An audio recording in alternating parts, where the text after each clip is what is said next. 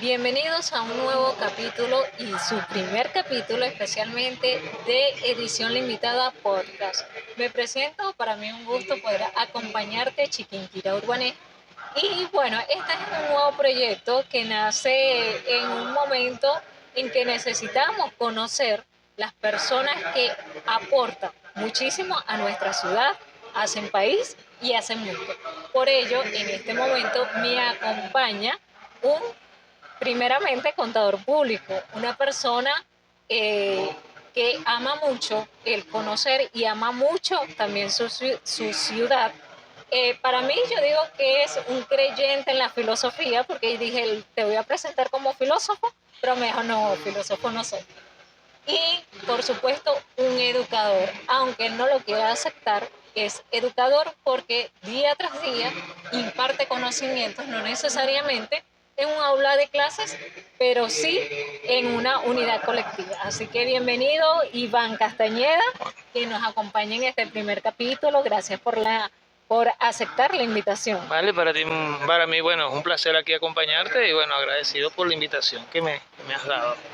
Bueno, estábamos hablando antes de comenzar sobre la educación, que yo te estaba diciendo, para mí eres un educador, porque día tras día no vas a una institución pública o privada, pero si te subes a una ruta, como bien es tu proyecto, súbete a la ruta y te cuento una historia, pero no solo cuentas una historia, sino que impartes conocimiento. ¿Desde cuándo nació esta idea? ¿Por qué nace esta idea? Bueno, estuve en el Ecuador desde el año 2017 al año 2019 debido pues a las situaciones que se presentaron por aquellos tiempos acá en nuestro país y llegué a lo que es la ciudad de Quito, la capital del Ecuador. Allá comenzamos con la persona con la que me fui, comenzamos a trabajar vendiendo donas en las calles, pero notábamos que las donas no tenían mucho apogeo.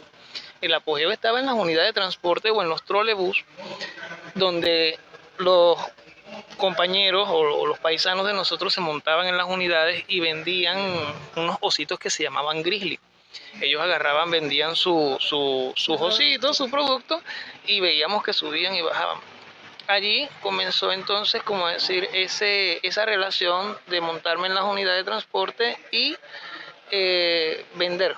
Usaste las unidades como que dijiste, este es como el centro del venezolano para poder emprender. Sí, correcto, porque allá era bastante complejo obtener la visa. La visa tenía un costo de $250 y al iniciar allá pues tenía que obtener dinero de manera rápida para poder sacar esa visa. Entonces fue donde nos montamos en la unidad de transporte y ahí podíamos tener el contacto directo con el público. De allí comenzamos a dar una breve introducción antes de vender el producto. Bueno, mi nombre es Iván Castañeda, soy un joven extranjero. Debido pues a problemas o circunstancias salí de mi país y comenzaba a darle una breve descripción. Una reseña de quién estaba allí en esa autobús. Correcto, con esa breve reseña yo luego ofrecía el caramelo, lo daba en las manos de las personas y me regresaba. Cuando le entregaba los caramelos decía, bueno, el costo del producto es tanto, tanto, tanto. Allí fue donde comencé a tener esa relación directamente con las personas.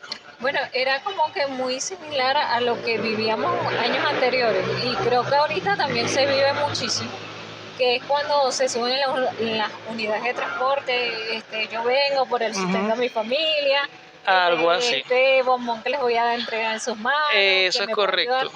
Pero, ¿cuánto tiempo estuviste en el Ecuador? Eso fueron por 2 años los que estuve haciendo este tipo de actividades.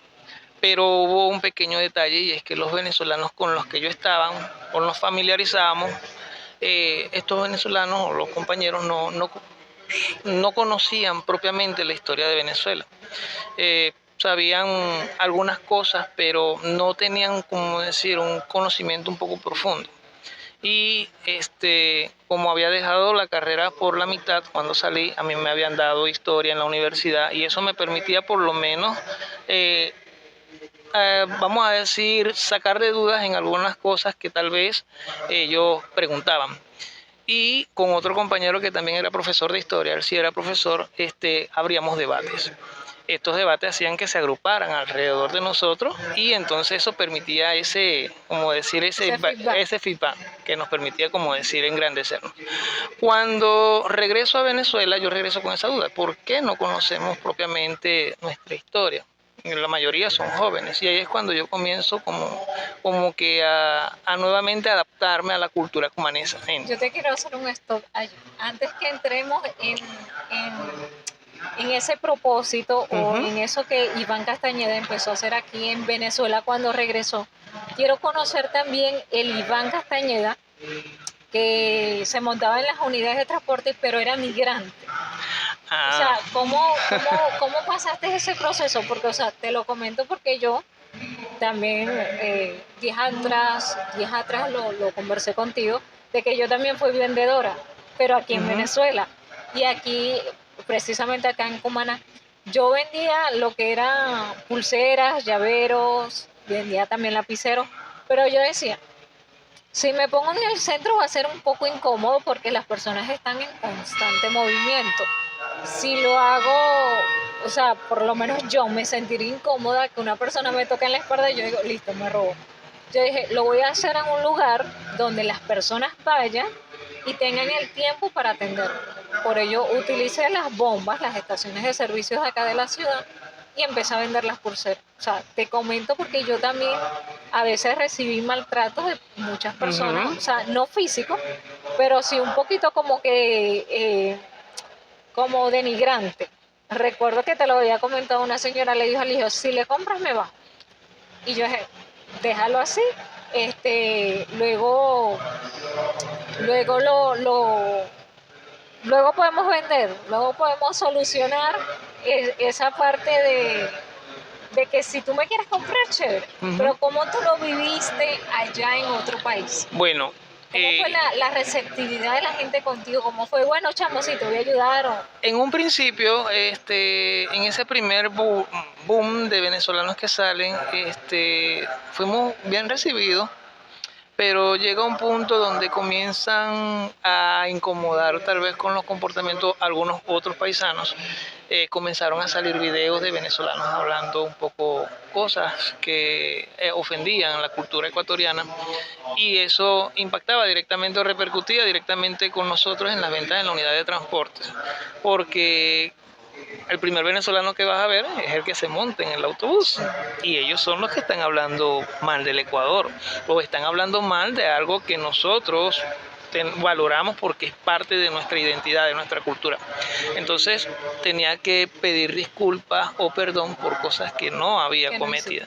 Entonces eso también permite que comience como a que tener, como decir, esa paciencia o comience como a drenar un poquito esas cosas que no me permiten como crecer, pues. O sea, en pocas palabras, yo comencé a tener paciencia y comencé a tener ese tolerancia, porque eso es tolerar. Tolerar. O sea, algo que a ti no te gusta, pero esa es la palabra que buscaba, tolerancia. Tolerar, no lo aceptas, pero te toca. Correcto.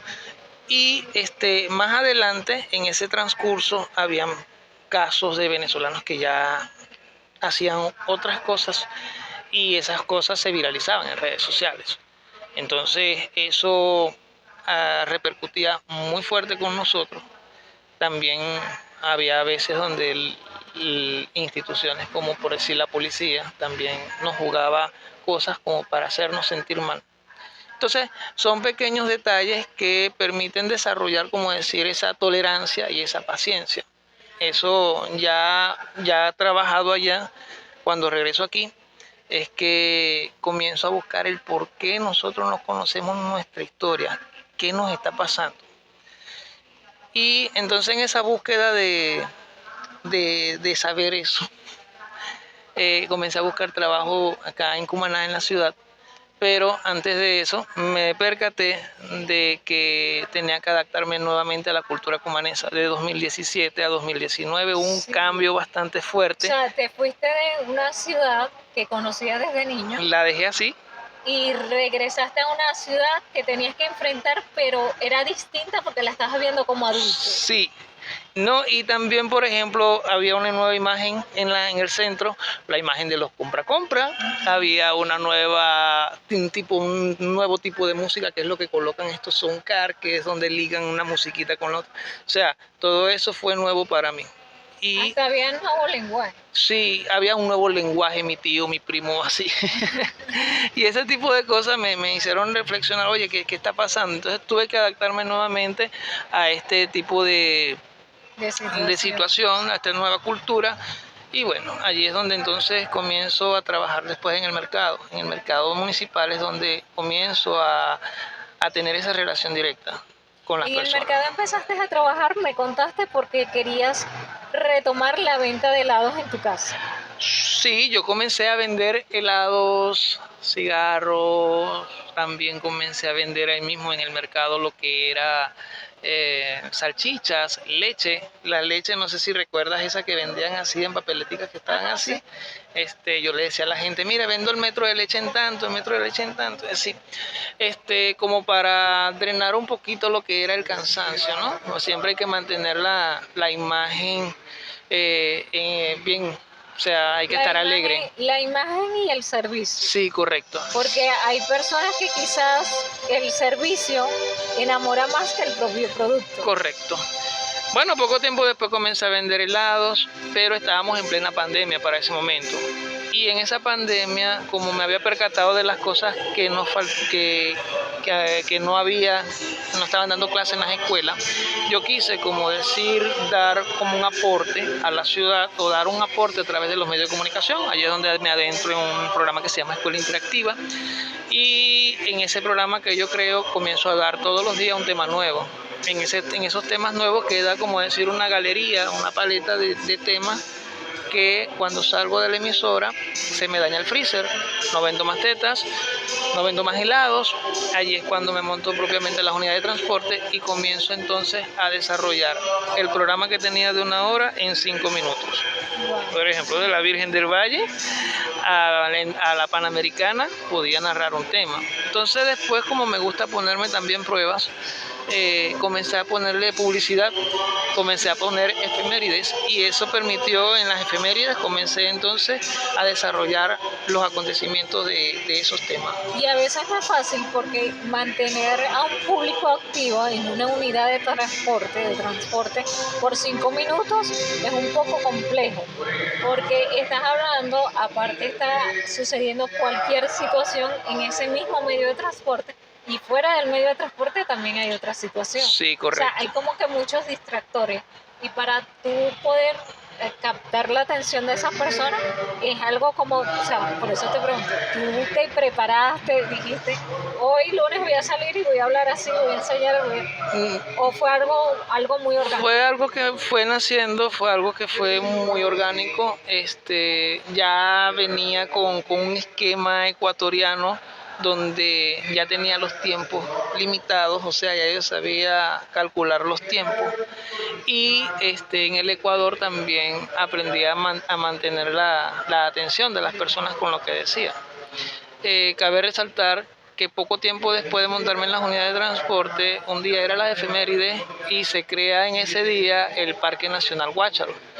Yo le pregunto a las personas, o tal día como hoy se crea el Parque Nacional Guácharo, ¿cuáles son los parques nacionales que tiene el Estado Sucre?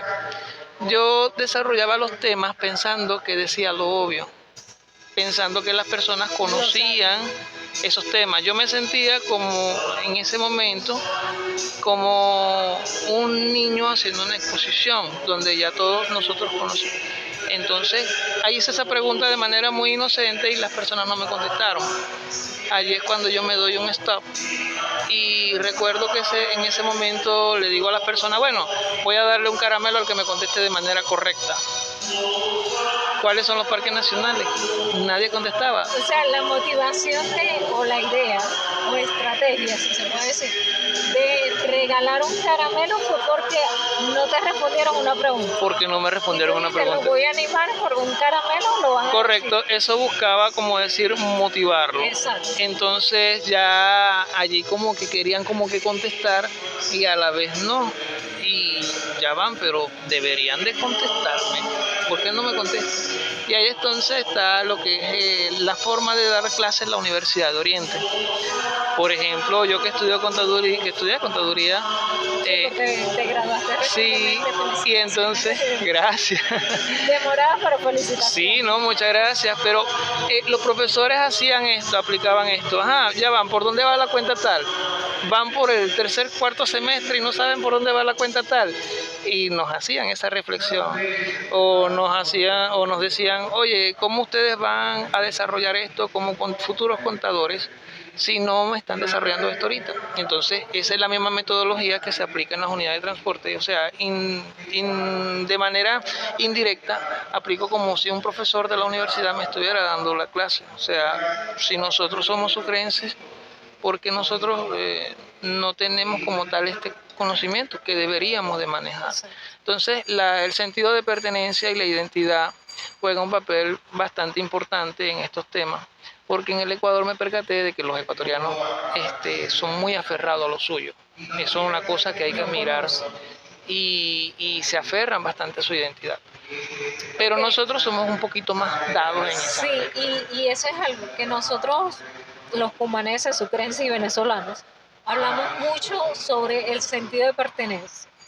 Y cuando hablamos del sentido de pertenencia es como que nada más cuidarlo. O sea, yo amo a Cumaná, la voy a cuidar. Yo amo a Cumaná, no la voy a ensuciar. Yo amo a Cumaná, voy a dar lo mejor que tengo de mí. Pero en ese sentido de pertenencia también está el conocimiento. Entonces, ¿qué conoces de Cumaná? O sea, allí es donde las personas se quedan, no sé. Entonces, eso, aparte de ello, te estaba, o sea, escuchándote con lo que estabas narrando, también empezaste a ser no solo alguien que regalaba un caramelo o que hacía una pregunta, sino que también te creaste o te volviste un influencer. Porque, o sea, no recuerdo que me haya tocado la oportunidad, pero si tú hubieses subido un autobús donde estuviera yo y dijera, o sea, no sé, ¿cuáles son los parques? Un ejemplo, que es la pregunta como que top ahorita. Los parques del estado Sucre. Yo, oye, no sé, voy a investigar. O sea, y eso de investigar y después voy a investigar más del estado Sucre porque quizás cuando el chamo se monte en el autobús yo pueda responder y no solo por el caramelo, porque la intención principalmente puede ser el caramelo. Pero va a llegar un día de que tanto ha sido la motivación que las personas sin darse cuenta, simplemente por el caramelo, va a llegar un momento que va a saber todo, porque, o sea lo estás motivando a que investigue. Y eso era sobre lo que estábamos hablando, de la investigación, que me comentabas que a veces te preguntaban algo y tú decías, no sé, pero lo voy a investigar. Que estábamos hablando sobre la ignorancia. Correcto. Sobre la ignorancia, que a veces confundimos ignorancia y brutalidad. Y muchas personas se ofenden cuando les dicen ignorante. Y yo tengo una óptica de que la ignorancia no es mala, o sea, porque todos en alguna área, en algún espacio o en cualquier cosa nosotros ignoramos algo. La cuestión es no usar la brutalidad, porque la brutalidad es saber que eso es así, pero insistes en que no es así. O sea, ¿y cómo tú has manejado esa ignorancia con gente que a veces aplican la brutalidad en las unidades de transporte? Bueno, yo cuando hablo con las personas busco que me pueda entender desde un niño hasta un adulto mayor. Las historias trato de que no tengan tantos detalles, sino que sea algo más derechito, pues que sea un poco más amplio y que sea fácil de digerir para las personas. Hay personajes que se meten en la historia, tienen mucha influencia, pero yo estoy hablando de uno. De ese uno es que estoy hablando y a él es el que le abro el paso, resalto las cosas importantes o de esa persona o de ese acontecimiento para centrarlos allí. Eso es la primera fase de lo que son las narrativas de las historias en los buses. Pero siempre le digo a las personas que no se conformen con lo que yo le digo. No se tienen que conformar con lo que cualquiera les diga. Así esté uniformado, así. O sea, tienen que ir más allá, tienen que investigar, indagar, buscar. Sí, porque hay muchas teorías. Sí, correcto. Entonces, allí es cuando yo le hablo a las personas. A veces hay lo que llamamos manipuladores de intriga. Yo le llamo así a esas personas que utilizan el tema que yo abordo como base para desprestigiar el acontecimiento o desprestigiar el contenido del tema. Cuando esto ocurre, que a veces es con personas mayores, yo trato en lo posible de no prestar atención. Sí, hay que mantener, como te dije, en Ecuador viví muchas cosas bastante fuertes, y lo que aquí vivo es algo muy pequeño, sí, muy mínimo, pero con todo eso hay que mantener siempre el respeto con las personas.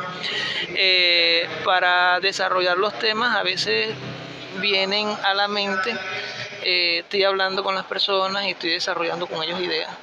Y esas ideas, yo digo, ya van, yo acabo de decir eso. Lo guardo ahí en la memoria mental, ahí se queda. Porque el momento es lo que te lo enseña. Sí, correcto. Y te tocó la experiencia de que por lo menos un día tú hiciste una pregunta o se habló de un tema y de repente llegó otro tema y aprendiste algo que tú no sabías. Sí, correcto. Hay personas que me hacen preguntas o que acotan algo que yo no sé. Y eso es lo bueno, que hay personas que las personas participan y nutren más lo que es el tema, porque a veces comenzamos a debatir, y son debates bastante buenos y sanos, porque eso permite que el público presente comience a tener una perspectiva, una visión más amplia. No se limitan nada más a lo que yo digo, sino cosas más grandes. Entonces también les explico que a veces ahorita es como que difícil tener acceso directamente a lo que es los periódicos. Ahorita casi no hay periódicos acá en Cumaná o en Venezuela, y esa es una de las razones por las cuales las personas ahorita no abren un periódico en la calle o no están leyendo. Entonces nos basamos un poco en expectativas de las redes sociales. Sí, eso era lo que iba. No, yo creo que si hubiese periódico en estos tiempos para lo mismo. Sí. Incluso si hay periódicos, Uh-huh. hay de distintos medios, pero todos se llevan a lo que publique tal persona o a lo que yo vea en redes sociales. Sí, correcto. O sea, fuera de redes sociales yo creo que las personas que visitan Wikipedia son porque están estudiando y les toca investigar. Pero de resto, muy pocas personas, creo yo, que son pocas las que visitan. Sí, la mayoría nos dejamos llevar un poco por las expectativas. Y estas expectativas nos permite que nosotros tengamos como que una noción de algo.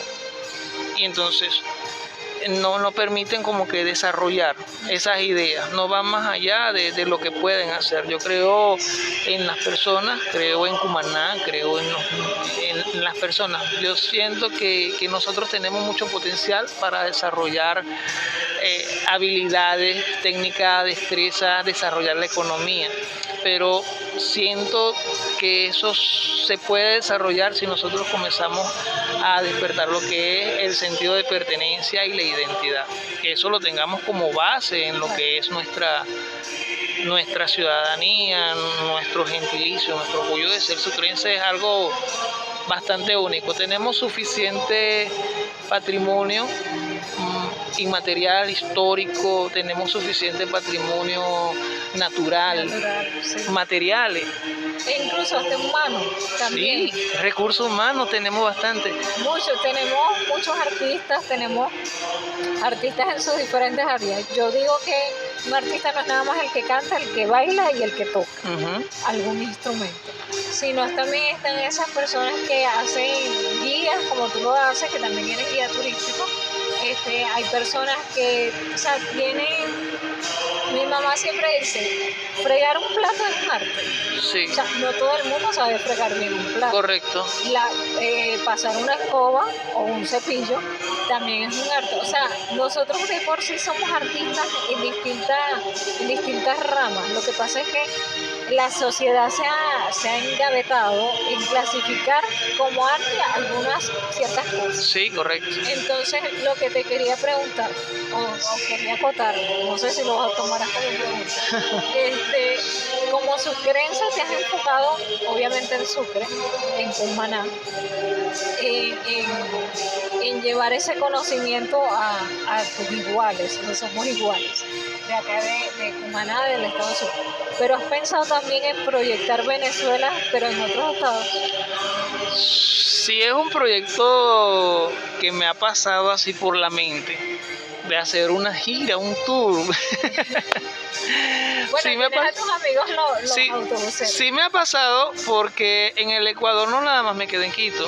Yo conocí muchas ciudades y conozco Quizás porque bastante. las circunstancias te obligan. Sí, Pero en este caso lo harías como que más. Sí, correcto. Lo que pasa es que con la bebé, el trabajo también, entonces hay ciertos límites.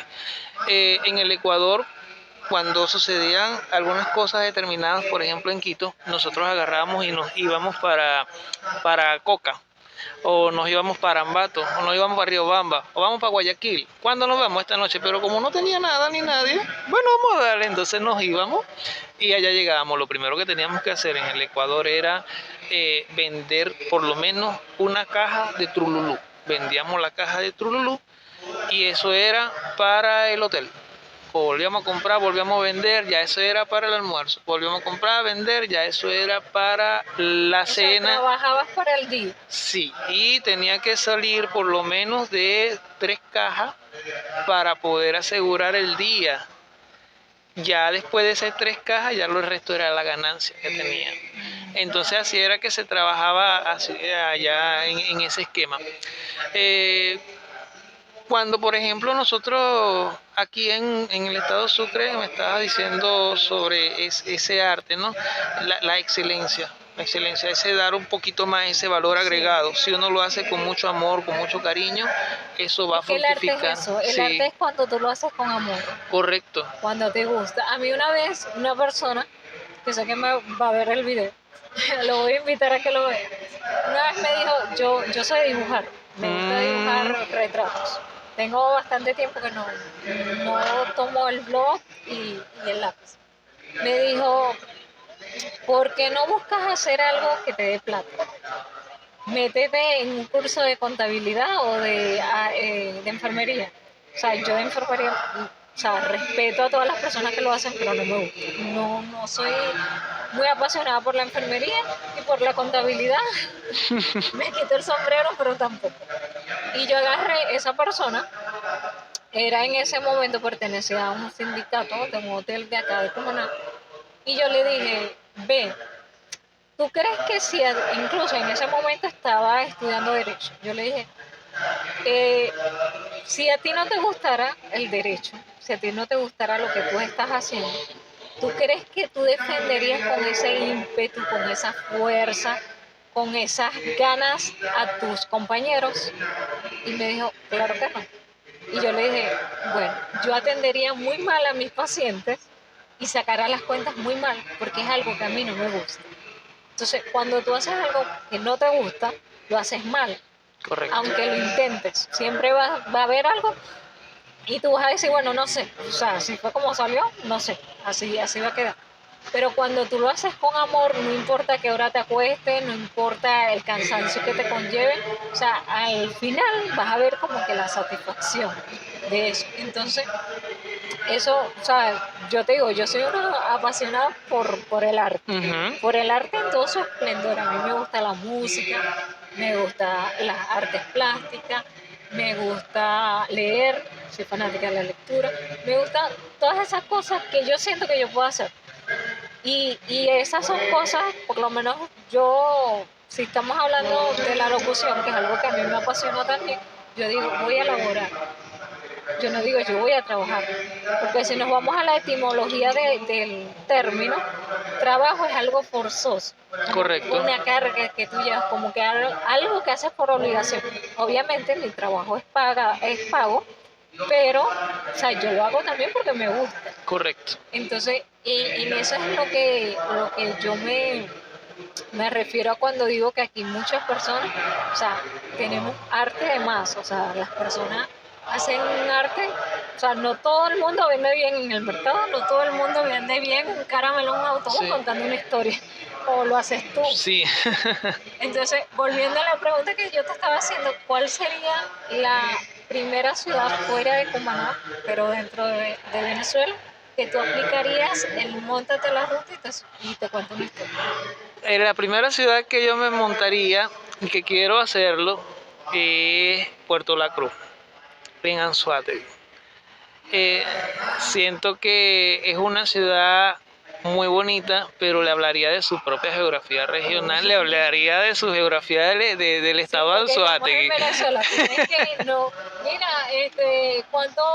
¿cuántas iglesias, cómo se llaman las iglesias de Cumaná? Ajá, correcto. O sea, va a decir, estás en Anzoátegui. Sí, correcto. No, me enfocaría bastante en la cultura anzoatiguense. Es un bonito estado y me gustaría laborar allí, pero es para también adaptarme a ese agite, porque Ya. Puerto La Cruz es muy diferente Sí, a Cumaná un poco más agitado. en muchos aspectos.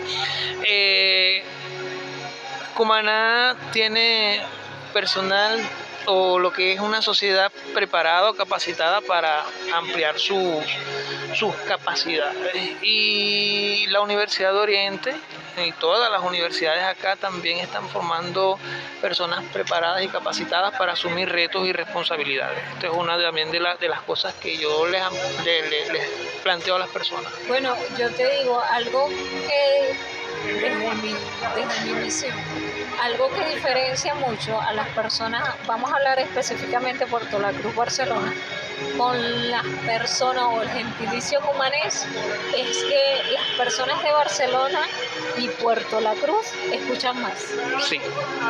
Y yo siento que vas a tener esa bonita receptividad y las personas se van a entusiasmar mucho, muy contrario a lo que es aquí en Cumaná, que nosotros somos que tú dices, les voy a hacer una pregunta y ya la persona te está respondiendo y tú como que ya vas, todavía no he hecho la pregunta, relájate.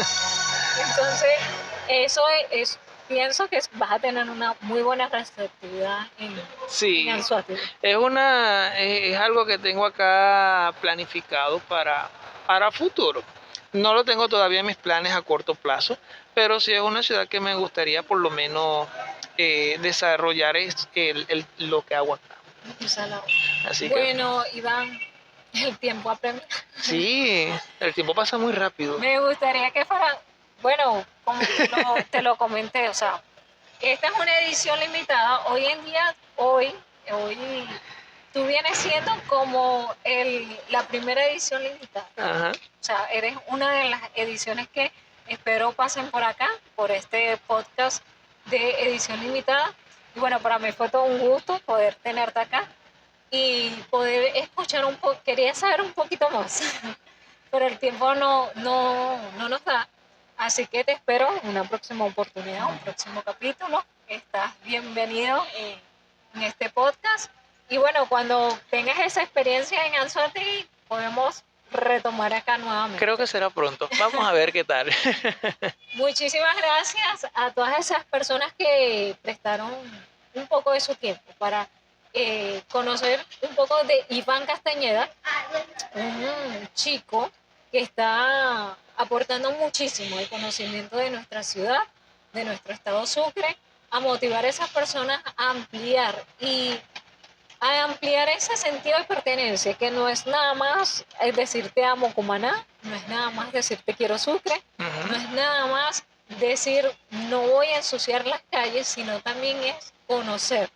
Porque esta ciudad también es una ciudad turística, correcto, de alguna manera, y vienen muchas personas, muchos turistas de otros sitios, Y sería súper chévere, sería interesante nosotros mismos, el cumanés, contarle a esas personas lo que es Cumaná. Hay algo que las personas tal vez no conocen y es que las personas, los extranjeros, les gusta conocer mucho la cultura cumanesa.